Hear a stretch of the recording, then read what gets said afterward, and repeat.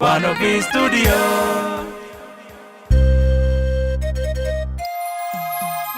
Irreechirree keenya abareeffateefi biraa dhakaa walabummaan damma abbaa dhabnameefi biraa dhakaa.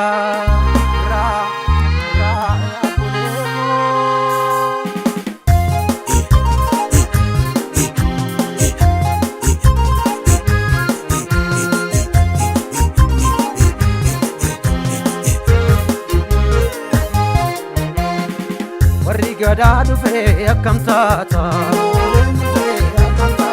abbaan biyyaa dhufee akkam taata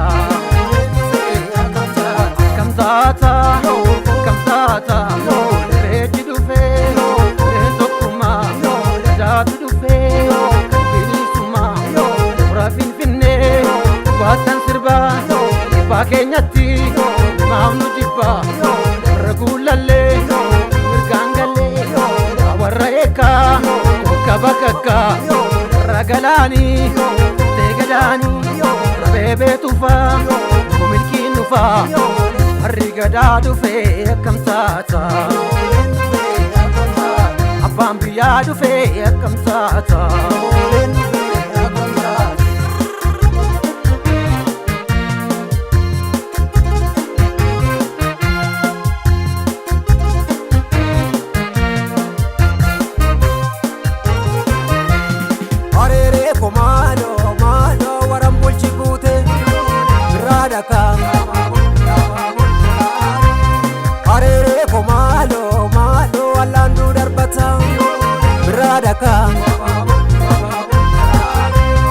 Arere komalo malo dukaan badde galte biradaka.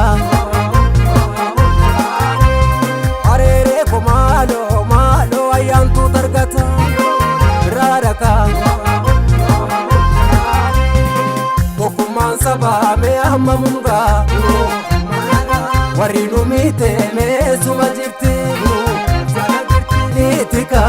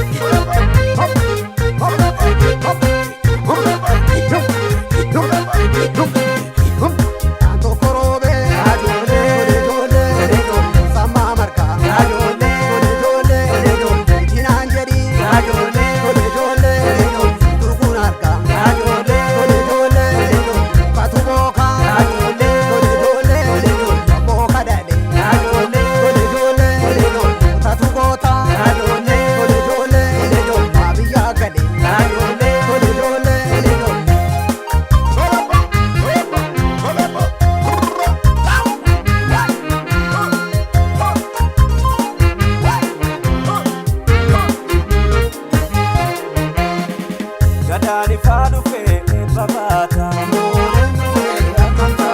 Kunori pimpines ni adata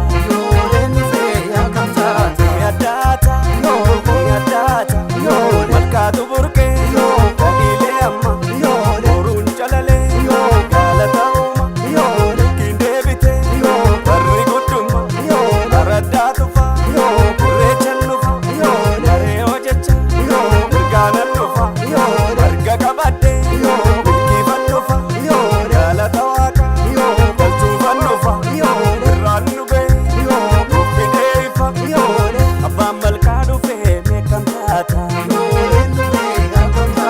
Varidu Gadufe, Mekam Tata.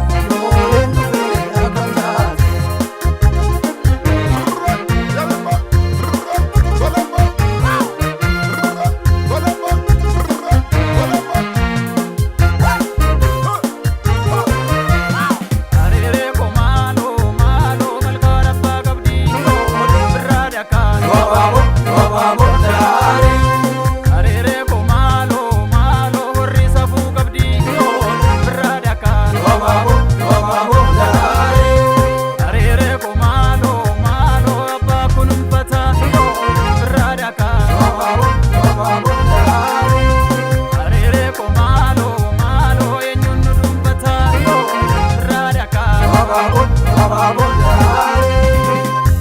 Abbaan sabaa mee amma mungaa duroo amma nagaa warri nu miite meessuma jirti duroo zala jirti itika leesi kan jara mortu itime leesi kan jara mortu itika leesi kan jara mortu itime leesi kan jara mortu